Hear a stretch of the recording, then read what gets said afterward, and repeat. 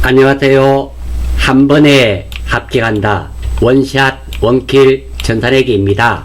이번 강의는 TT 2급 40, 52회 4강 실무 강의를 진행할 수 있도록 하겠습니다. 종강이고요. 근로소득 관리를 살펴보겠습니다. 문제 풀이에 앞서 사원 등록부터 살펴보겠습니다. 자, 사원 등록을 할 때 가족관계부터 먼저 확인을 해 주셔야 됩니다. 자, 할아버지와 할머니가 결혼해서 아버지를 낳고요. 외할아버지와 외할머니가 결혼을 하셔서 어머님을 낳고, 아버지와 어머니가 결혼해서 나와 형, 동생, 내가 결혼해서 딸, 아들 이렇게 낳습니다. 자, 나를 기준으로 위쪽이 존속, 나를 기준으로 아래쪽이 비속, 위가 존속, 아래가 비속이 됩니다. 이 가족관계 중에서 이렇게 빨간 칠해진 이 부분들 있죠? 이분들은 다들 공제 대상이 되고요. 이 중에서 삼촌, 고모, 외삼촌, 이모 이런 분들은 존속은 맞지만 공제 대상은 아닙니다. 그리고 나와 형제, 자매도 함께 되고요. 두 번째로 내 자리에 배우자가 들어오면 됩니다. 똑같은 효과요. 즉 다시 말해서 나의 아버지, 엄마도 공제 대상이지만 배우자의 아버지, 어머니, 즉 배우자의 아버지, 장인, 어른, 그리고 나의 배우자의 어머님은 장모님도 공제 대상이 된다라는 겁니다. 마찬가지예요. 즉 나 자리에 배우자가 들어와도 된다. 이거 알아주시고요. 이 중에서 안 되시는 분들 빨간색으로 제가 해두었습니다.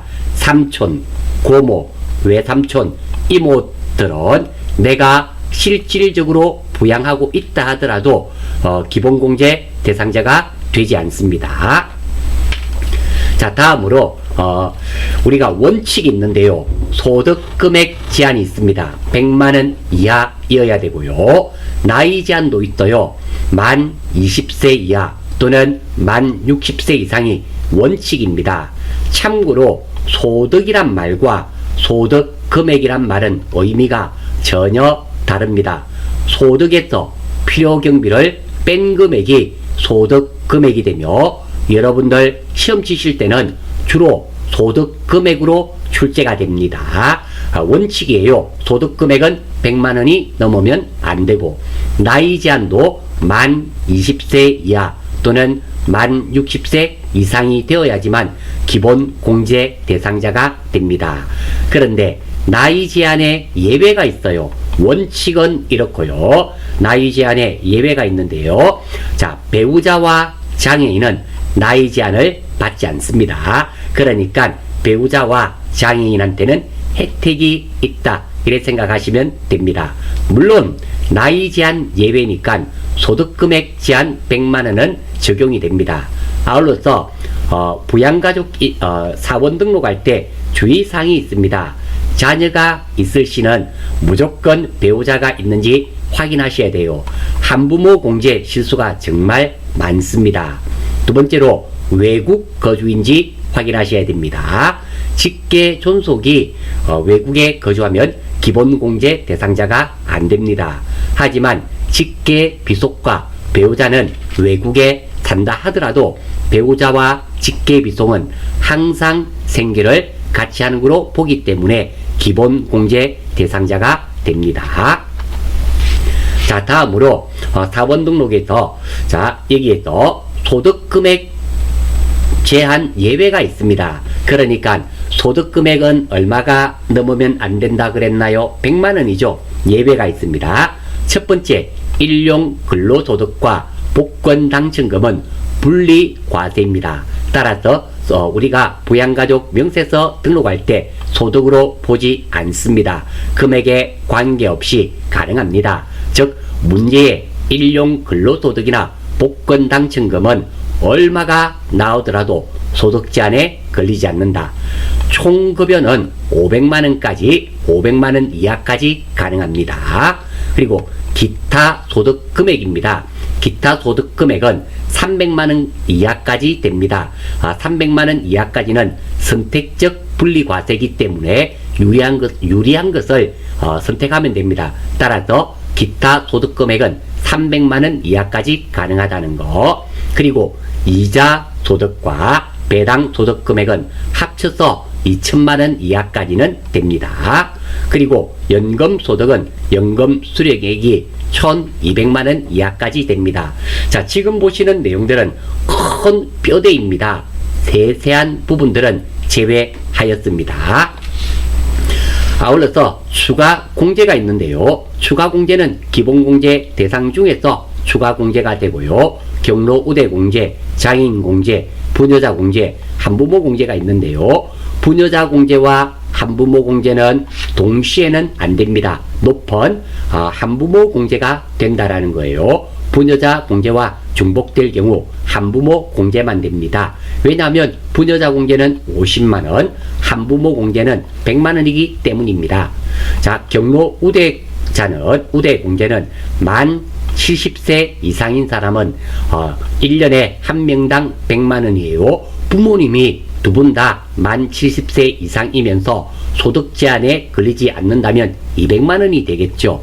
장애인 공제입니다. 장애인은 장애인 등록증이 있는 장애인도 해당되지만 국가 유공자와 중증 질환자도 장애인 공제를 받고요.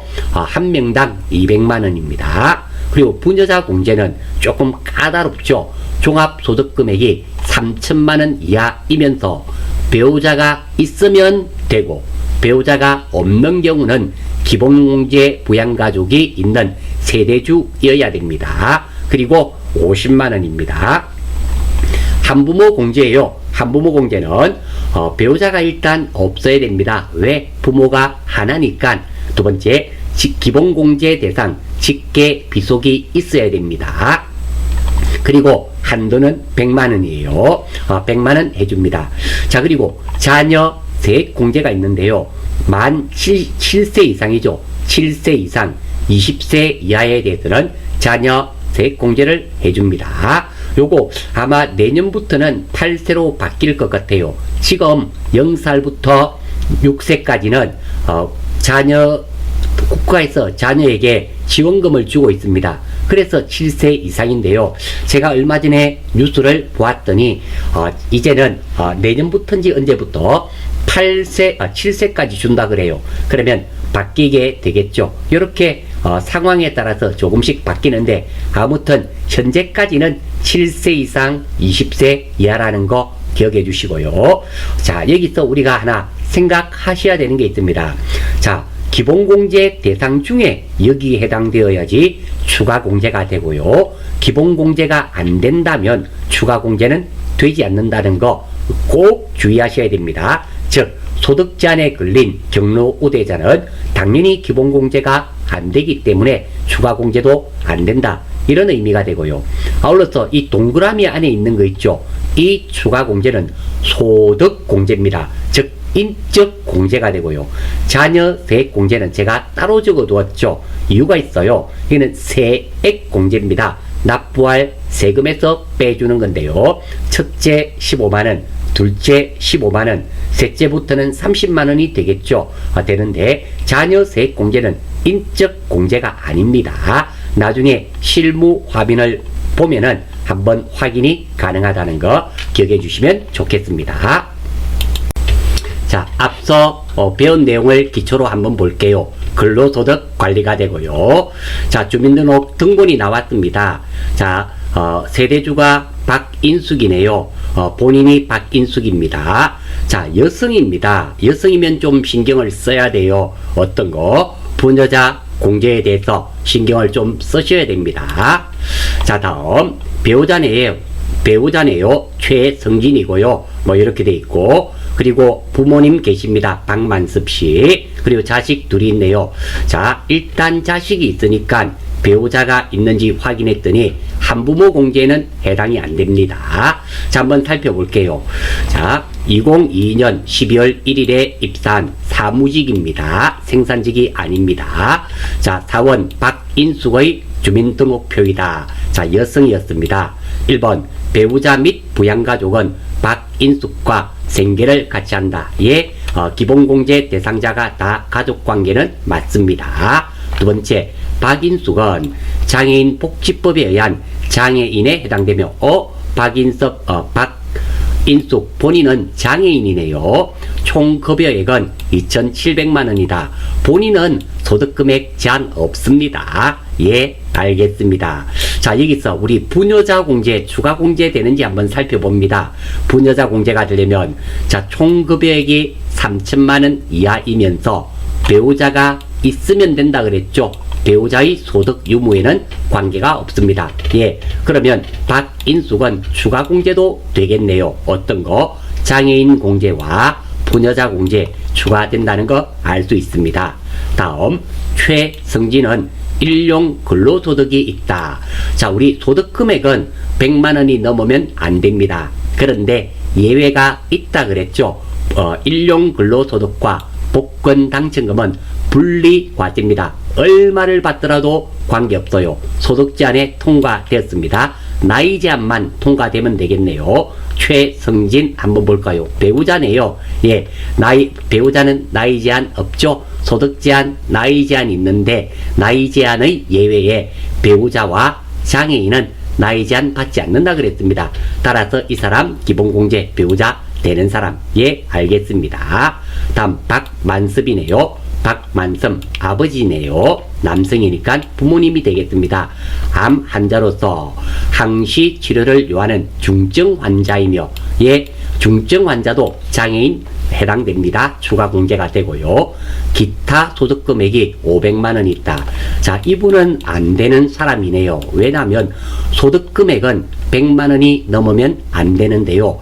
기타 소득 금액은 300만원까지 선택적으로 분리 과세가 가능하다 그랬죠. 300만원이 넘으면 안 됩니다.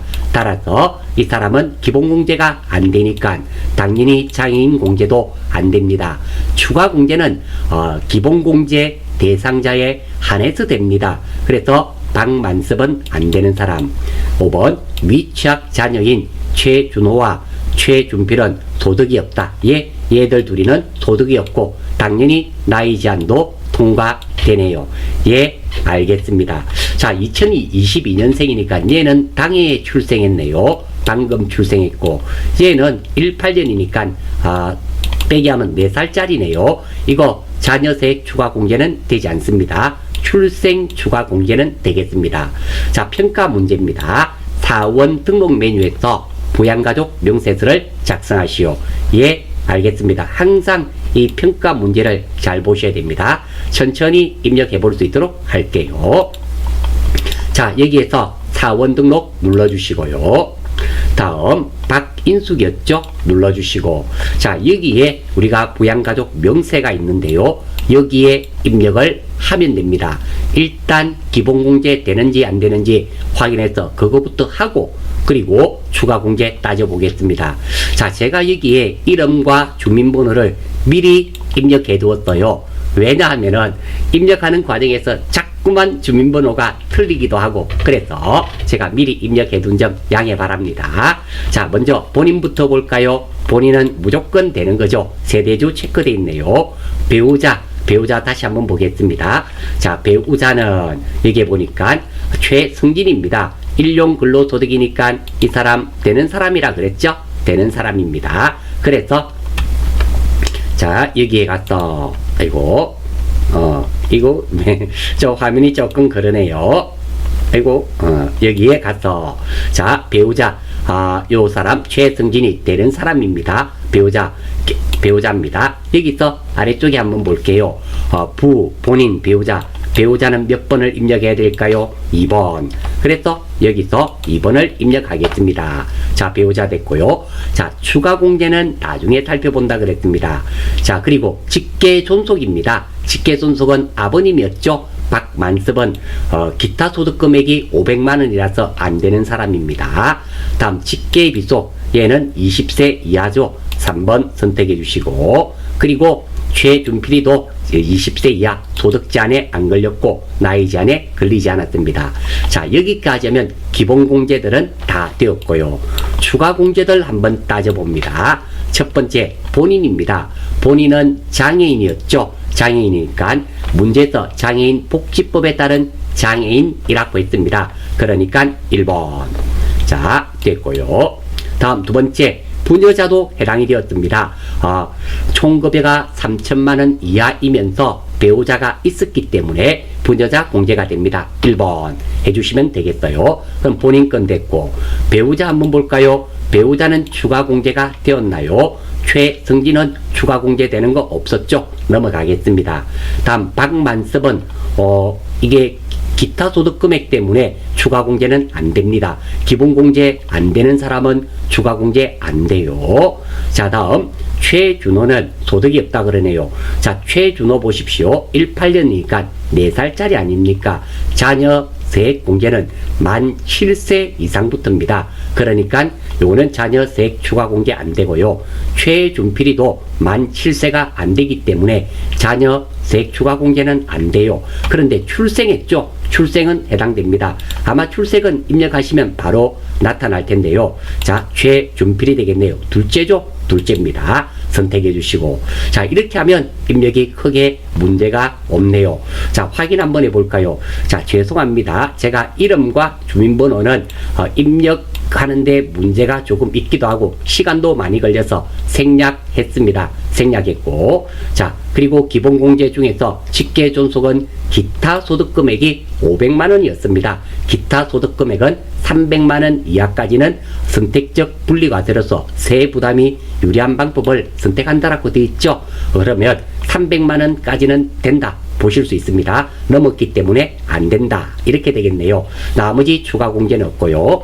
자, 이 문제에서 실수하기 쉬운 것은, 가장 실수하기 쉬운 부분은 부녀자 공제입니다. 따라서 우리가 근로소득 관리에서 가장 중요한 부분이 방금 두 가지를 말씀드렸습니다. 첫 번째가 부녀자 공제, 두 번째가 한부모 공제. 이 두 가지가 실수가 많으니까 꼭 좀 기억해 주시면 좋겠습니다. 문제 풀기 전에 급여 자료 입력에 대해서 살펴보겠습니다. 비과세하는 근로소득인데요. 제가 한 10가지 정도로 정리해 두었습니다. 같이 한번 살펴보겠어요. 자, 비과세하는 근로소득입니다. 첫 번째, 일직료, 숙직료 등 실비 변상 정도의 지급액은 비과세고요. 두 번째로, 종업원 소유의 차량으로 업무용으로 사용하는 경우 월 20만원까지 비과세가 됩니다. 다만 실비 지급 시는 과세요. 그러니까 출장 갈 때 자기 차를 가지고 업무용으로 사용했습니다. 월 20만원까지는 비과세가 되는데요. 출장 가면서 이렇게 실제 기름값을 받게 되면 과세다 이런 말이 되고요. 식사 또는 월 10만원 이하의 식대는 비과세입니다. 다만 식사 제공 시는 과세요. 즉 밥만 준다 비과세, 돈만 준다 비과세, 돈과 밥을 준다 돈은 과세가 된다 이런 의미가 되고요. 그리고 식사대를 월 30만원을 받았습니다. 그러면 비과세로 선택하신 다음 30만원을 입력하시면 프로그램에서 알아서 10만원은 비과세, 차액 20만원은 프로그램에서 자동으로 과세로 넘겨줍니다. 그리고 4번 부분이 조금 복잡한데요. 초과 근로수당, 야간 근로수당인데요. 조건이 까다롭습니다. 3개를 다 만족해야 되는데요. 1번 생산직이어야만 됩니다. 사무직은 무조건 과세. 두 번째, 월 정액급여 210만원 이하, 기본급이 되겠죠. 210만원 이하이면서, 세 번째로 총 급여액이 3천만원 이하인 생산직 근로자가 받는 초과 근로수당은 비과세가 됩니다. 그리고 월 10만원 이내에 출산 보육비인데요. 조건이 있어요. 만 6세 이하까지만 비과세, 7세부터는 받아도 되는데 과세로 처리된다 이런 의미가 되고요. 1번부터 5번까지 중에서 4번 부분을 많은 학생들이, 수험생들이 어려워합니다. 꼭 좀 익혀주시기를 바랍니다. 바랍니다. 그리고 비과세하는 근로소득 6번 보겠습니다. 국외 근로소득 급여 중 월 100만원까지, 그리고 외항선은 국외 건설 근로자 월 300만원까지 비과세입니다. 자, 6번과 7번은 둘 다 외국에서 일하는데요. 기본은 원칙은 100만원까지 비과세고요. 다만 국외 건설 근로자죠. 힘듭니다. 사우디 아라비아 같은 데 가서 사막에서 건설 일을 하시는 분 정말 힘들죠. 이런 분들과 외항선은 우리가 상선 같은 거는 여기서 한국에서 미국까지 가는데 빨라도 한 보름 정도씩 걸려요. 그런 분들 외롭고 힘이 듭니다. 생명도 좀 위험하죠. 이런 분들은 300만원까지 하고요. 다음 근로자 본인입니다. 수업료, 수강료 등의 학자금도 비과세예요. 여기서 중요한 것은 우리가 좋은 직장에 가면은 복리후생 차원에서 자녀들의 학자금을 무상으로 지원해주는 이런 회사도 있습니다. 이런 회사에서 자녀들 학자금은 과세예요. 근로자 본인의 수업료와 근로자 본인의 수강료를 지원받는 경우는 비과세가 된다. 이런 의미가 되고요. 꼭 기억해 주시기 바랍니다. 근로자 본인이라는 거. 그리고 직무발명 보상금 중 500만원까지는 비과세가 되고요. 그리고 장애급여, 유족급여, 실업급여, 실업했는데 세금 내라면 그것도 또 말이 안 되는 거죠. 요 정도 익혀주시고 우리가 문제를 해결하면 크게 문제가 없으리라 생각합니다. 자, 앞에서 공부하셨던 내용을 기초로 근로소득관리 2번 급여 명세서에 의한 급여자료 입력이네요. 이 문제는 과세, 비과세만 잘 하시면 크게 문제가 없습니다. 김재석 관리부네요. 이 자료 주어졌고요. 그리고 프로그램에서 자동으로 계산된 금액을 공지하면 되고요. 기부금이 있네요. 예, 알겠습니다. 자, 수당 등록입니다. 기본급 상여는 설정된 그대로 한다. 즉 기본금과 상여금은 손대지 마라. 이런 의미가 되고요. 자가운전 보조금이네요. 시내 출장 경비는 실비 정산을 하여 지급하고 있네요. 자, 자가운전 보조금에서 실비를 받지 않으면 비과세가 되는데요. 지금은 실비를 받으니까 과세 처리되어야 되는 거 기억해 주시고요. 문화수당 비과세 항목에 없는 것은 다 과세입니다. 따라서 이거 과세. 식대 매월 지급하고 있으며 별도의 음식물을 제공하고 있지 않다. 자, 이렇게 식사를 제공하지 않으면 뭐가 된다? 비과세가 됩니다. 비과세. 다음 육아수당 만 6세죠. 6세 이하의 자녀를 양육하는 경우 매월 고정적으로 지급하고 있다. 육아수당도 비과세가 되겠네요. 자격수당 비과세 항목에 존재하지 않았습니다. 자, 이 화면에서는 이것과 이거 식대와 육아수당만 비과세가 되겠네요. 나머지는 다 과세입니다. 자, 그리고 자, 기부금 공제 등록해라 그러네요. 600번에 공제 등록하고 당사는 쭉 한번 읽어보시고 자, 공제 유형은 3번 기부금으로 선택해라. 예, 알겠습니다. 첫 번째 관리부 김재석 과정의 급여 자료이다. 급여 지급일은 매월 25일이다. 예, 알겠습니다. 사회보험료는 자동으로 계산된 금액으로 공제한다. 예, 알겠습니다. 당사는 월별 원천징수 납부 대상자이며 전월 미환급 소득세가 33,000원이 있다. 예, 알겠습니다. 자, 평가 문제는 항상 주어진 순서대로 1번 급여 자료 입력 메뉴의 수당 및 공제 등록부터 하시고, 그리고 11월분 급여 자료를 입력하고 9분은 1 급여로 하고, 그리고 11월분 원천징수 이행 상황 신고서를 작성하시오. 이거 반영하라. 이런 의미가 되겠네요. 예, 김재석 씨. 자, 먼저 급여 자료 입력부터 들어가겠습니다. 자, 사원 등록은 빠져나오고요. 자, 급여 자료 입력 눌러주시고, 자, 이 중에서 몇 월 달이었습니까? 자, 여기서 중요한 게 하나 있네요. 우리 전산세무와 다르게, 자, 우리 AT 시험에서는 이거 입력하시기 전에 수당 공제 등록부터 반드시 먼저 하셔야 됩니다. 자, 이거 날짜를 한번 입력해 볼게요. 11월 9분은 몇 번? 1번 하라 그랬습니다. 직업일은 11월 25일 이렇게 김재석을 선택하게 되면 이렇게 수당 공제 등록창이 비활성화 되어버립니다. 그러니까 이때는 실수하셨을 때는 빠져나오세요. 저도 실수하는 경우가 있습니다. 그러면 다시 급여자료 입력가서 수당 공제 등록 눌러주시고, 자, 여기서 기본금과 상여는 되었고요. 자, 우리 수당 등록부터 하겠습니다. 자, 요거 두 개는 됐고, 자가운전 보조금은 뭐 과세라 그랬습니다. 자, 한번 볼게요. 이게 컴퓨터가 조금 화면이 낯서네요. 자, 요거. 자, 요거 됐고요. 수당 등록부터 하겠습니다. 화면이 넘어왔네요. 앞으로 갔어. 자, 아이고, 이게 알트 탭이 잘 안 되네요. 자, 여기서 하나씩 하면 되겠습니다. 첫 번째 상여까지는 그대로 쓰라 그랬습니다. 자, 자가운전 보조금 그대로 입력하시면 돼요. 자가운전 보조금은 지금 비과세 항목을 만족하지 않았습니다. 왜? 과세이기 때문입니다. 시내 출장 경비를 받았기 때문이에요. 다음 문화수당이죠. 문화수당 오타 없이 이렇게 비과세 항목에 없는 것은 다 과세입니다. 다음 식대 비과세였죠. 식대. 자, 이것은 2번 비과세 선택해 주시면 되고요. 식대 2번 선택해 주시면 되겠습니다. 확인. 자, 다음 저거. 자, 육아수당 비과세죠. 육아수당 비과세입니다. 육아수당 입력하러 한번 볼게요.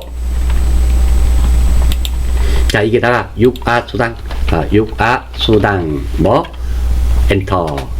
비과세입니다. 비과세 선택해 주시고, 자, 여기 보면 7번 육아수당 찾을 수 있죠. 아래쪽에 항목 선택하시면 됩니다. 확인 됐고요. 다음 자격수당이네요. 자격수당. 자, 과세입니다. 과세. 자, 이렇게 하면은 우리가 수당 등록은 끝이 났죠. 자, 그 다음 공제 등록 갈 수 있도록 하겠습니다. 기부금 공제 등록 하겠어요. 자, 공제 등록 탭 눌러주시고, 여기다가 기부금. 자, 이거 뭐 한다 그랬습니까? 문제에서 3번 기부금 선택해라 그랬죠? 3번 선택해 주시면 됩니다. 확인. 자, 그리고 확인.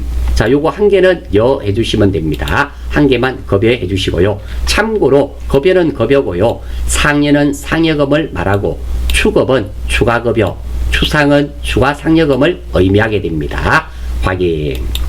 자, 되었습니다. 그리고 이제 입력하러 갑니다. 11월. 그리고 급여 1번 해라 그랬습니다. 날짜는 잘 나오네요.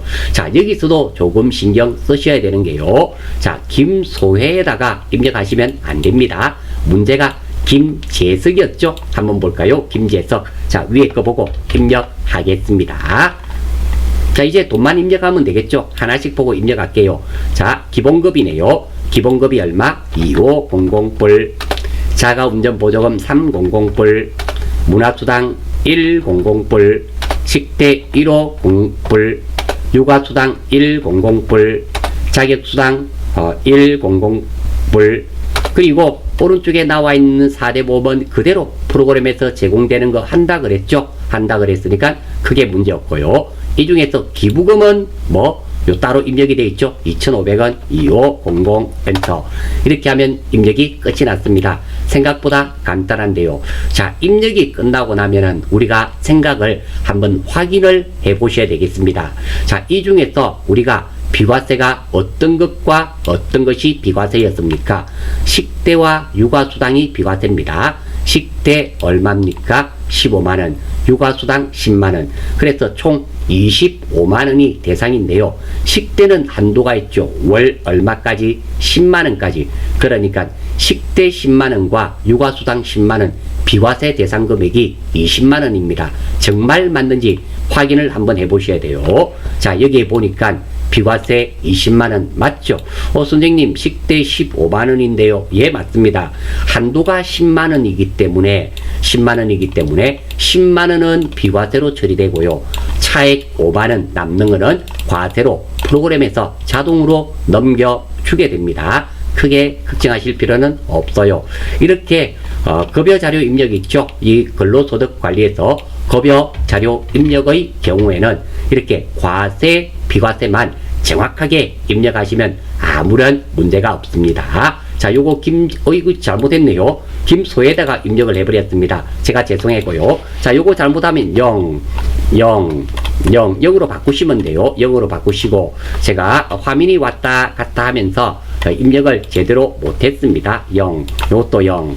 자, 김재숙 다시 한번 입력할게요. 죄송해요. 자, 여기에서 왜냐면 우리가 원천징수 이행 상황 신고서에 반영도 해야 되거든요. 그래서 자, 김재석 2500불, 자가운전보조금 300불, 그리고 문화수당 100불, 식대 150불, 육아수당 100불, 자격수당 100불, 그리고 기부금 2,500원이죠. 2500.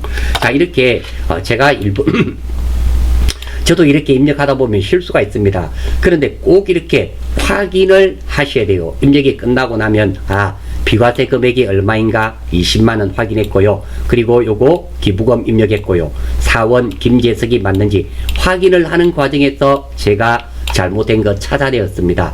의외로 저처럼 시험 치다가 긴장을 하다 보니까 첫 번째 사람 김소혜에 입력하시는 경우 생각보다 많습니다. 그러니까 우리가 회계는 꼭 내 눈만 믿으셔야 된다는 거 꼭 기억해 주시고요. 자, 그러면 급여자료 입력은 끝이 났고요.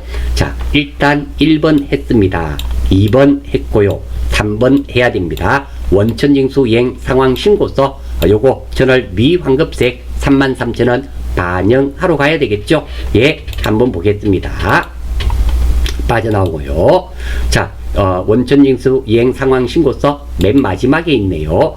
여기에서 몇 월이었습니까? 11월. 2022년 11월. 지급기간도 11월 25일이었죠. 11월. 엔터. 자, 하면 자동으로 불러와집니다. 자동으로 불러와지고, 자, 이 부분은 생각하지 않으셔도 돼요. 자동으로 불러와지니까 문제에서 전월 미환급세액의 계산 있죠. 전월 미환급 33,000원이 있다 그랬습니다. 여기에 33불 이렇게 입력해 주시면 크게 문제가 없다 이래 말씀되네요. 생각보다 간단하죠. 크게 어렵지는 않습니다. 문제풀이 하기 전에 연말정산에 대해서 먼저 살펴보겠습니다. 연말정산이 조금 내용이 많죠. 천천히 하나씩 보겠습니다. 연말정산입니다. 자, 먼저 공제 대상인데요. 원칙입니다. 소득금액 제한 있죠. 100만원 이하. 나이 제한은 없습니다. 원칙이 이래요. 그러니까 소득이 100만원 넘으면 뭐 안 된다는 뜻이고, 나이 제한은 없는 게 원칙입니다. 예외가 있어요. 예외는 의료비와 보험료는 예외인데요. 의료비는 소득 제한도 없고 나이 제한도 없습니다. 그리고 카드와 중복 공제돼요. 보험료는 소득 제한도 있고 나이 제한도 있습니다. 자, 이렇게 우리가 의료비 공제도 있고 보험료 공제도 있고 교육비 공제도 있고 기부금 공제도 있는데요. 각각 기억하지 마시고 모든 원칙은 소득 제한은 있지만 나이 제한은 없다. 원칙. 예외. 의료비는 소득 제한, 나이 제한 없고 보험료 소득 제한도 있고 나이 제한도 있다. 물론 여기서 말하는 나이 제한은 20세 이하 60세 이상이 되겠죠. 요 나이 제한이 있습니다. 이렇게 익혀주시면 전반적으로 소득 제한과 나이 제한은 한꺼번에 해결이 됩니다.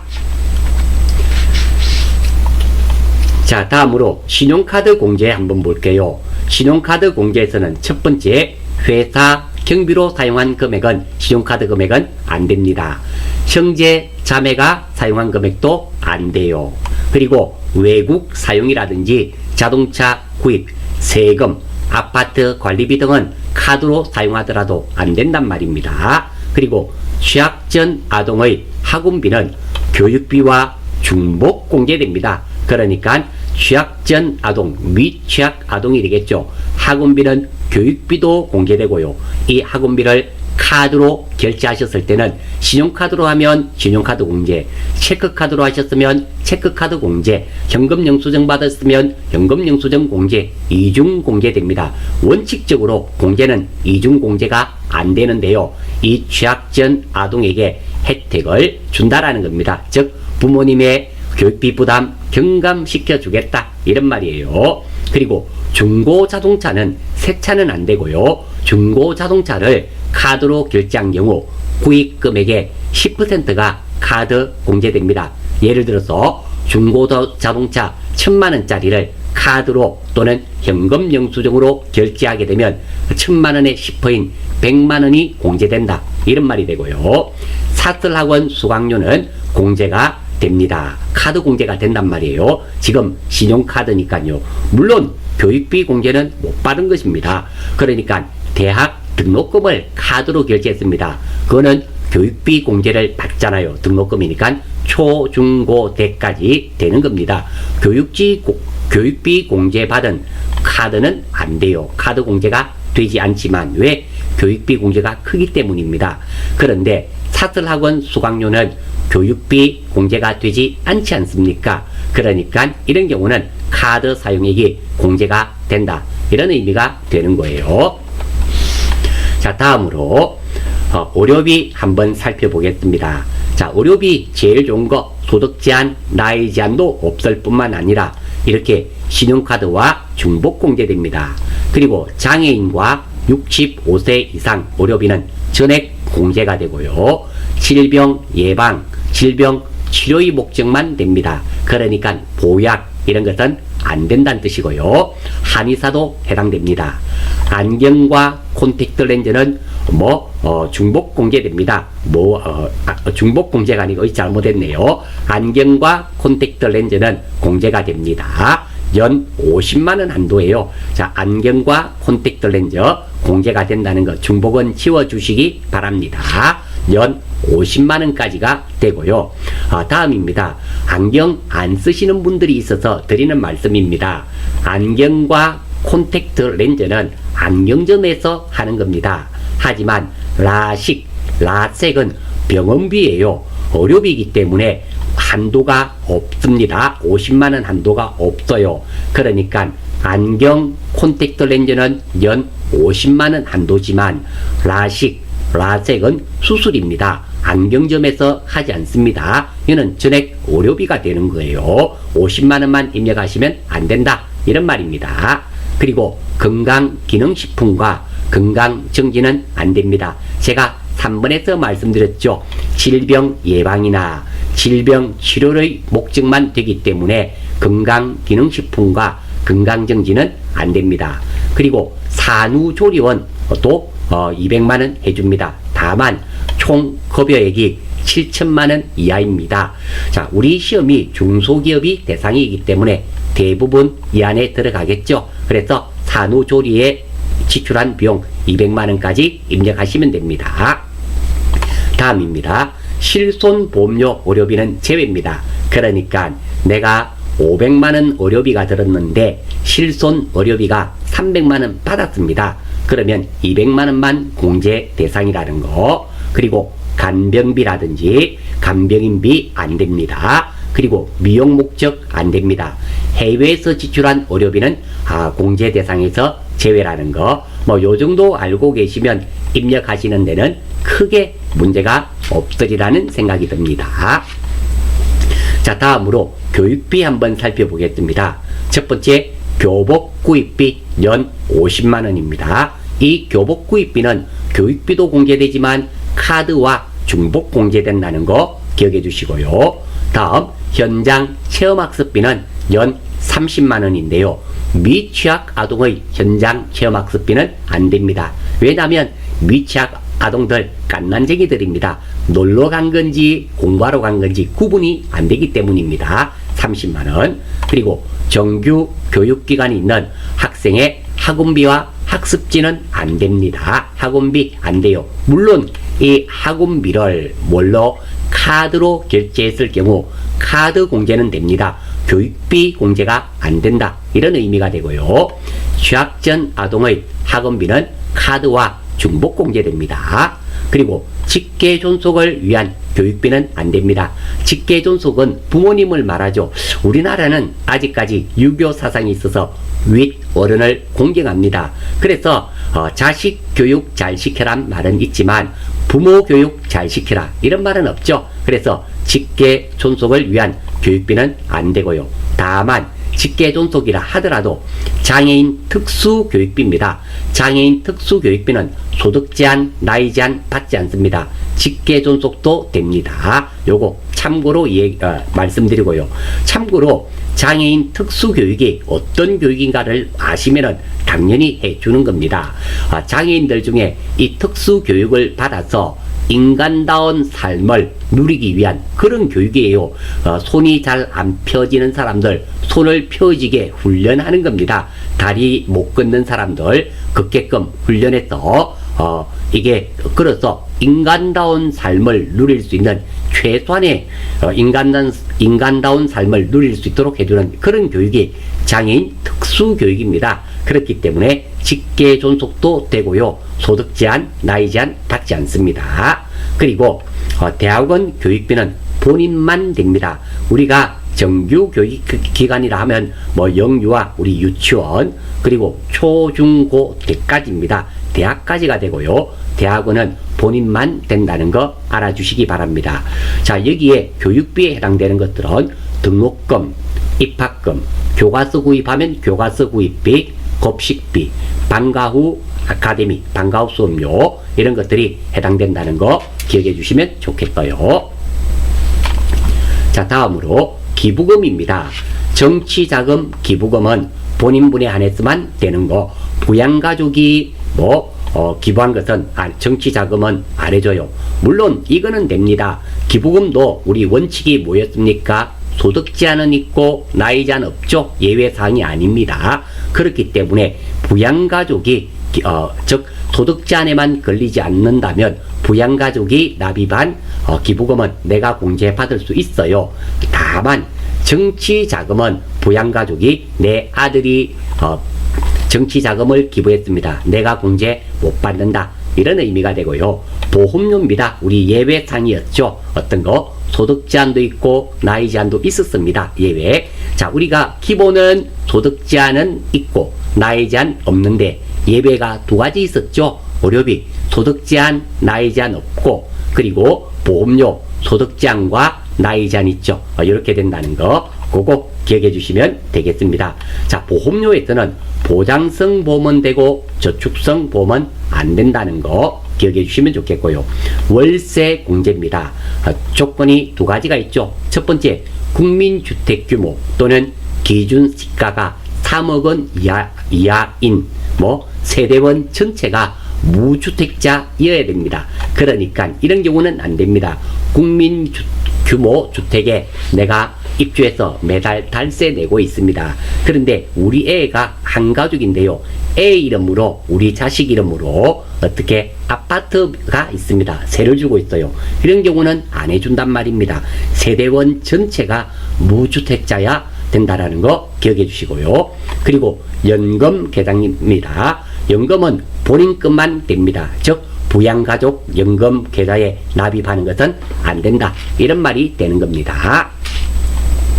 자, 그리고 우리 나이 정리 한번 해보겠습니다. 나이.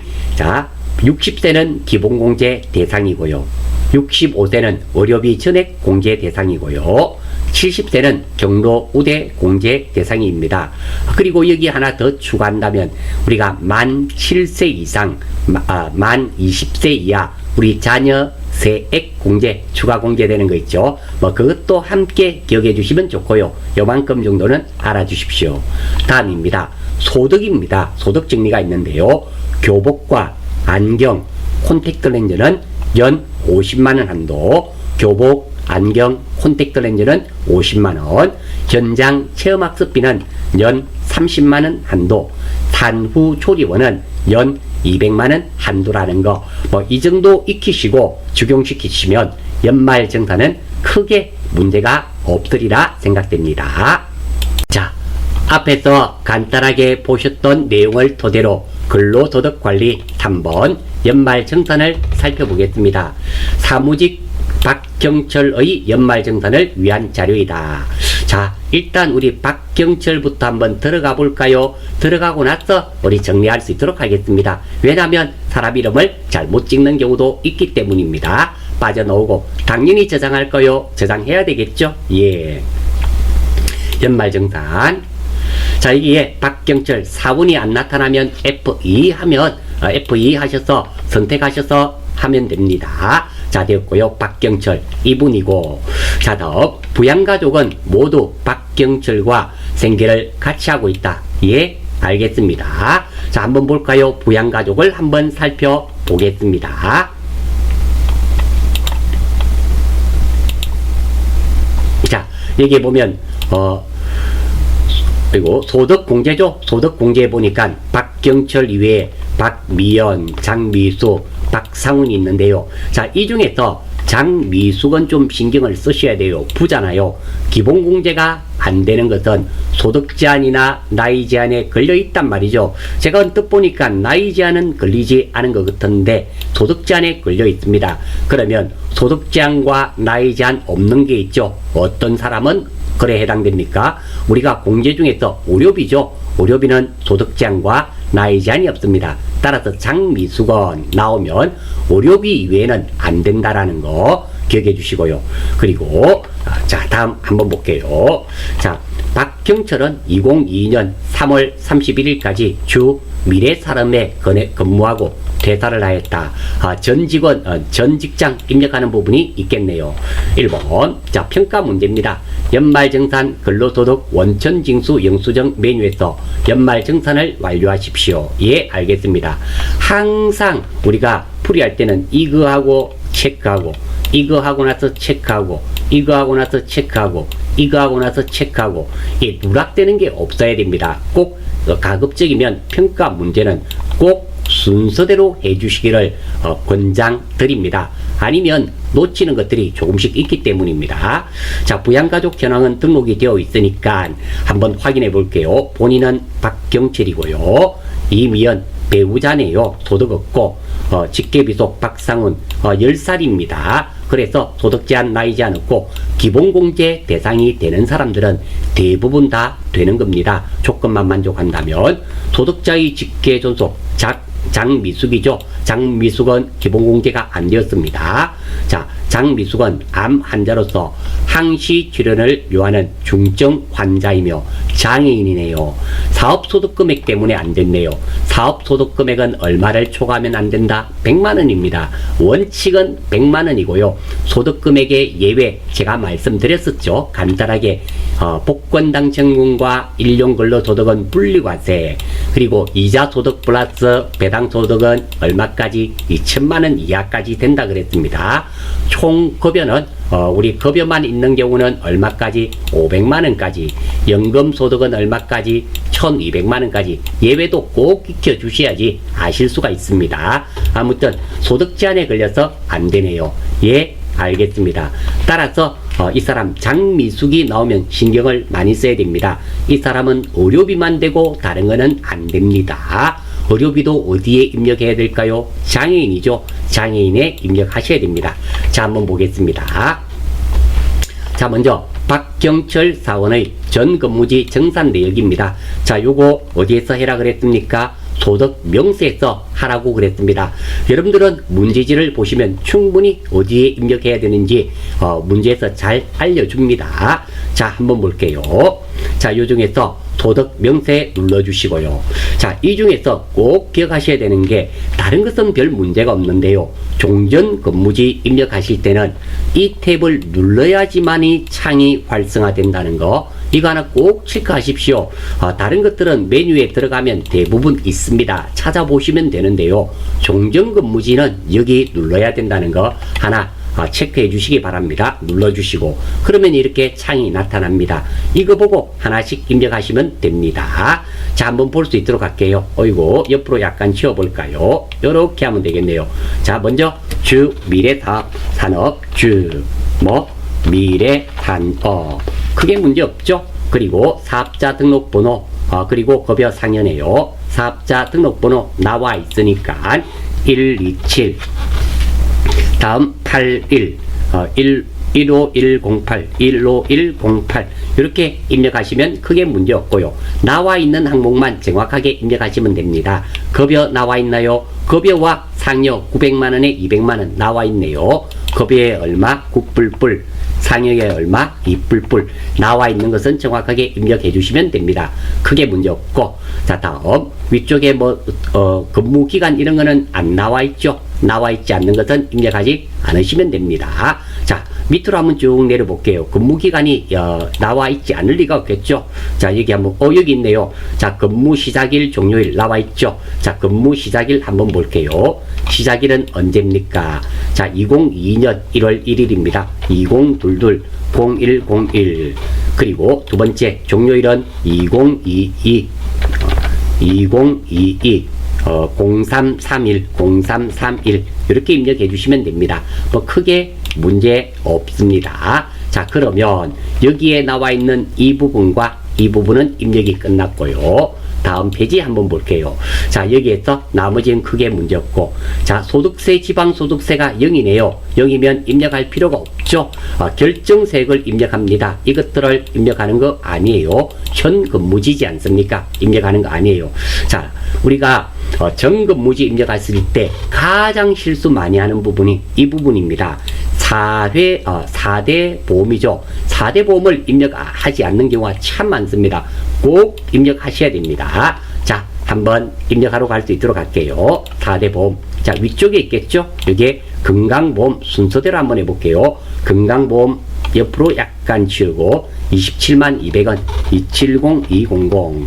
다음 장기 요양보험이네요. 얼마? 31240 그리고 국민연금이네요. 40만 5천원이네요. 405불 국민연금. 마지막으로 고용보험 36,000원 36불. 엔터. 자, 이렇게 하면 전근무지 입력이 끝이 났습니다. 자, 전근무지 입력하실 때 가장 중요한 것은 자, 이겁니다. 4대 보험을 누락하는 경우가 많으니까 크게 요것만 신경 써주시면 되겠어요. 자, 다음입니다. 자, 의료비네요. 의료비가 누구 의료비가 됩니까? 자, 요거 박상훈이네요. 박상훈 의료비가 되고요. 의료비는 소득제한, 나이제한 없죠? 박상훈은 본인이었나요? 자, 한번 보겠습니다. 박상훈이 누군지. 박경철이고 박상훈이네요. 얘입니다. 자식이네요. 예, 알겠고요. 자, 여기에 보니까 턴턴병원, 무슨 의원 다 공제 대상이 되죠. 질병 치료의 목적이 되겠습니다. 물론 안경이나 콘택트 렌즈가 있었더라면 한도액 50만원까지만 더해줘야 됩니다. 지금은 이 전액 856만원이 다 받고요. 자료도 국세청 자료 마크가 있죠. 예, 알겠습니다. 자, 의료비는 의료비 탭에서 입력하라고 문제에 나와 있습니다. 그러면 의료비 탭에서 눌러주시고, 자, 부양가족관계 코드 F2. 자, 박상훈이죠? 요거 선택해 주시고, 자, 다음 상호 별별 되어 있습니다. 입력하지 않으면 되고요. 사업자 번호도 없습니다. 정빈 코드는 국세청 나와 있죠? 1번 선택하시면 되고요. 건수는 모든 집계액을 한 건으로 해라 그랬습니다. 한 건. 자, 금액은 얼마입니까? 금액 확인 한번 해봐야 되겠네요. 금액은 8560불입니다. 8560불. 8560불. 자, 입력이 실손 의료보험 받은 거 없죠? 받은 게 없기 때문에 넘어가면 됩니다. 자, 이렇게 하면 박상훈의 의료비 등록은 끝이 났습니다. 생각보다 간단하죠? 다음입니다. 자, 이번에는 보장성 보험료네요. 박경철입니다. 자, 누군지 한번 볼 수 있도록 할까요? 박경철이 메뉴 한번 보겠습니다. 자, 박경철이 누굽니까? 본인이네요. 예, 본인입니다.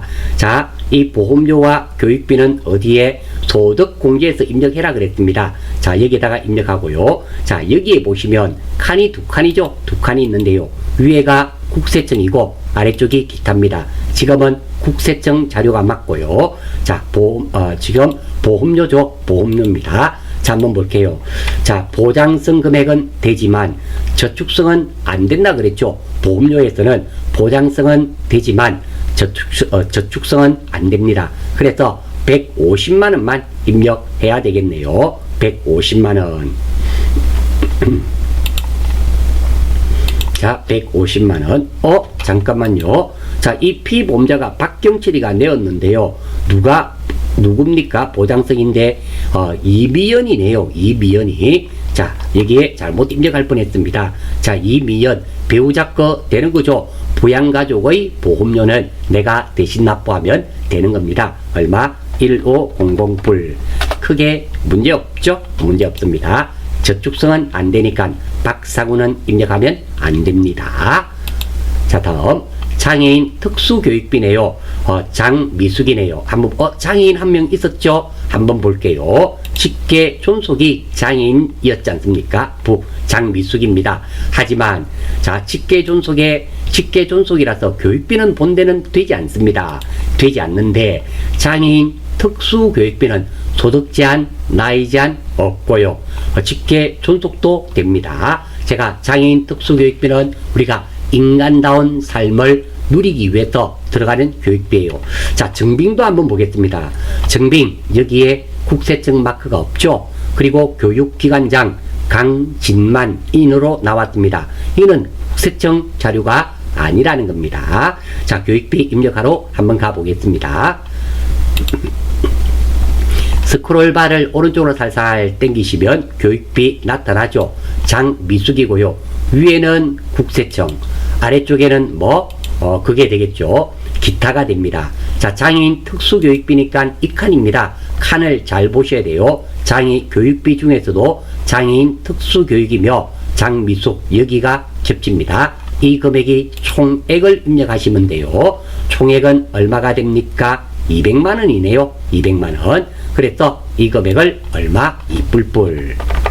자, 이 부분 실수하시기 쉽네요. 직계 존속을 위한 교육비는 안 되는데요. 장애인 특수교육비는 소득 제한도 없고 나이 제한도 없고 다 되는 겁니다. 직계 존속도 된다라는 거 말씀드리고. 자, 연금 저축이네요. 박경철입니다.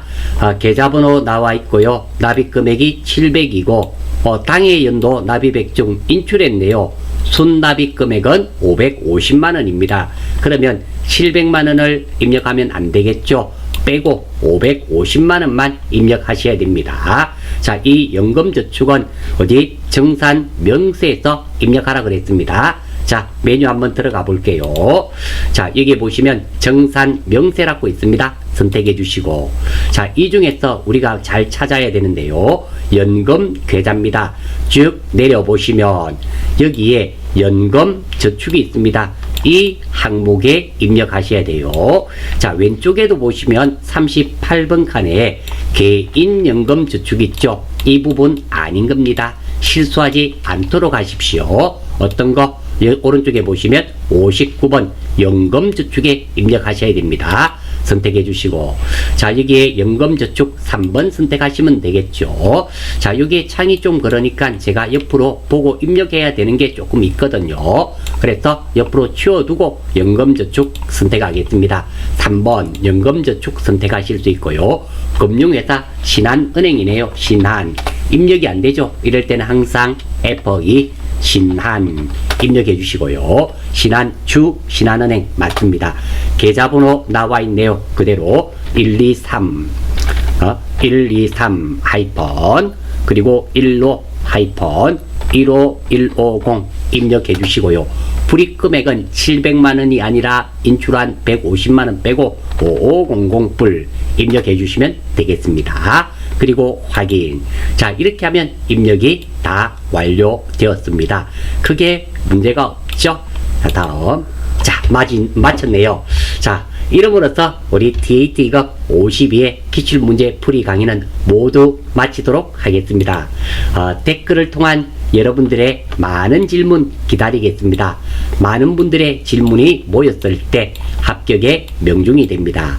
여러분들의 좋아요에 힘을 내고 구독에 참신한 아이디어가 나옵니다. 열공하셔서 꼭 원샷 원킬 하십시오. 수고하셨습니다.